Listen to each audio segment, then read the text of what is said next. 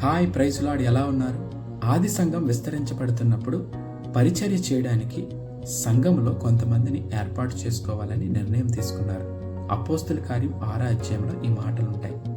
వారు ఆత్మతో, సత్యముతో, జ్ఞానముతో నింపబడిన వారే మంచి పేరు పొందిన 7గురిని ఏర్పాటు చేసుకున్నారు. అందులో ఒక యవనస్తుడున్నాడు. ఆ యవనస్తుడి పేరు స్టీఫెన్. స్టీఫెన్ అనే మాటకు అర్థము క్రౌన్, కిరీటము. ఈ స్టీఫెన్కి మరొక లక్షణం ఏంటి అంటే కృపతో, బలముతో నింపబడి ప్రజల మధ్య మహత్కార్యాలు చేస్తూ గొప్ప సూచక్రియలు చేసేవాడు. 7వ అధ్యాయం చివరి మాటల్లో ఉంటాడు, ఈయన వాక్యాన్ని గట్టిగా పట్టుకొని తప్పు చేసిన వారిని ఖండిస్తూ, పరిశుద్ధాత్మని ఎదిరించిన వారిని సరిచేస్తూ సువార్త ప్రకటిస్తూ ఉండేవాడు. ఇది చూసి అనేక మంది క్రైస్తవేతరులు తట్టుకోలేక ఆయన్ని రాళ్లతో కొట్టి చంపేశారు. ఈరోజు మీ చర్చిలో మీరు కూడా స్టీఫెన్ లాగా మంచి క్యారెక్టర్ కలిగి ఆత్మతో, జ్ఞానంతో నింపబడి దేవుని పరిచర్య చేస్తున్నారా? అయితే మీకు కూడా కొన్ని నిందలు, అవమానాలు వస్తాయి.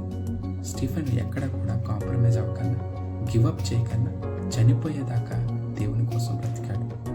ఈరోజు ఎవరి కోసమో, లేదంటే పద్ధతుల కోసమో, స్నేహితుల కోసమో మన వ్యక్తిత్వాన్ని విడిచిపెట్టుకోదు. అందుకే సామెతలు 22 అంటాడు, వెండి బంగారాల కంటే మంచి పేరు కోరదగినది. ఈరోజు నీకు కూడా వచ్చిన అవమానాలను బట్టి నిరుత్సాహపడక, దేవుని పనిని ఆపక, స్టీఫెన్ లాగా కొనసాగిస్తూ దేవుని కోసం బ్రతుకుదాం, దేవుని కోసం సాక్షిగా ఉందాం. So think about it. May God use you more powerful in the days to come. God bless you.